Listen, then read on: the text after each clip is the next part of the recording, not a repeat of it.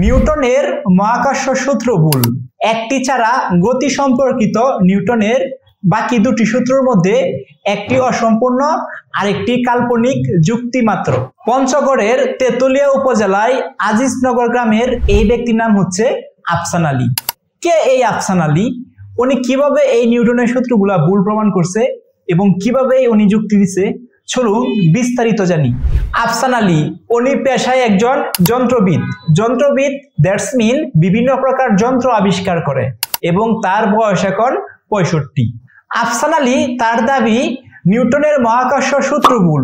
শুধুমাত্র তাই নয়, বিশ্ববিখ্যাত এই ব্যক্তির গতি সম্পর্কিত তিনটা সূত্রের মধ্যে শুধুমাত্র দ্বিতীয় সূত্রটা সঠিক এবং প্রথমটা সঠিক হলেও সেটা অসম্পূর্ণ এবং তৃতীয় সূত্রটা কাল্পনিক ছাড়া আর কিছুই না। এই নিউটনের প্রথম সূত্র হচ্ছে বাহ্যিক কোনো বল প্রয়োগ না করলে স্থির বস্তু স্থির থাকবে এবং সমবেগে চলতে থাকা সকল বস্তু সমবেগে চলতে থাকবে। এটা হচ্ছে উনি যে দাবি করছে, উনি দাবিতে বলতেছে এই যে প্রথম সূত্রটা আছে স্যার নিউটনের, সেটা হচ্ছে আংশিক সত্য, সম্পূর্ণ নয়। এবং দ্বিতীয় যে সূত্রটা আছে স্যার নিউটনের, সেটা বস্তুর ভরবেগের পরিবর্তনের হার প্রযুক্ত বলের সমানুপাতিক এবং বল যেদিকে ক্রিয়া করে বস্তুর ভরবেগের পরিবর্তন ঠিক সেদিকেই ঘটে। শুধুমাত্র এই ইকুয়েশনটা স্যার নিউটনের এই যে এটা সঠিক উনি বলছি। এবং 3 নাম্বার যে নিউটনের ইকুয়েশনটা আছে বা সূত্রটা আছে, সেটা হচ্ছে প্রত্যেক ক্রিয়ারই একটি সমান ও বিপরীত প্রতিক্রিয়া আছে। এখন এই যে আফসান আলী উনি বলতেছে এই সূত্রটা, আফসান আলী যেহেতু পেশায় একজন যন্ত্রবিদ, অর্থাৎ ওনার মূল টার্গেটেই আছে বিভিন্ন প্রকার যন্ত্র তৈরি করা। সো উনি কি করছে, হচ্ছে খরচবিহীন ইঞ্জিন তৈরি করার জন্য চেষ্টা করতেছিল এবং এই খরচবিহীন ইঞ্জিন তৈরির চেষ্টা করার মাধ্যমে উনি নিউটনের যে এই সূত্রগুলো আছে এই সূত্রগুলা ভুল বলে উনি দাবি করছে। 1975 সালে জগদল হাই স্কুল থেকে এসএসসি পাস করে আফসান আলী।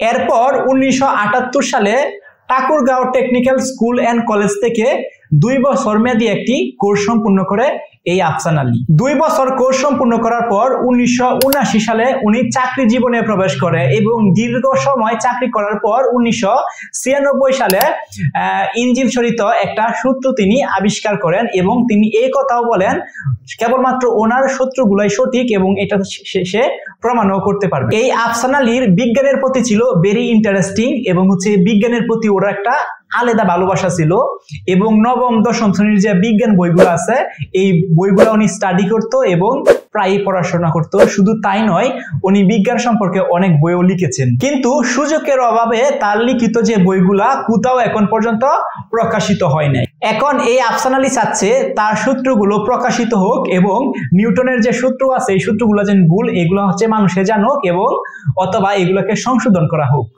এখন উনি এই যে আফসান আলী এই কথাগুলো যেন বলতেছে, আপনারা কতটুকু সত্য মনে করতেছেন এই আফসান আলীর কথা, বা এই যে আফসান আলীর যে যুক্তিগুলা দিতেছে যে বিশ্ববিখ্যাত স্যার নিউটনের সূত্রগুলা ভুল উনি প্রমাণ করছে, এখন উনি যেন এই যে প্রমাণ করতেছে বা বলতেছে আপনারা কতটুকু সত্য মনে করতেছে। স্যার আইজাক নিউটনের এই যে সূত্রগুলা যেন ছিল গতির, এই সূত্রগুলা হচ্ছে ক্লাস 9-10 এর বাচ্চারা পড়াশোনা করে এবং হচ্ছে বিভিন্ন বইয়ের মধ্যে নিউটনের ইকুয়েশন গুলা আছে।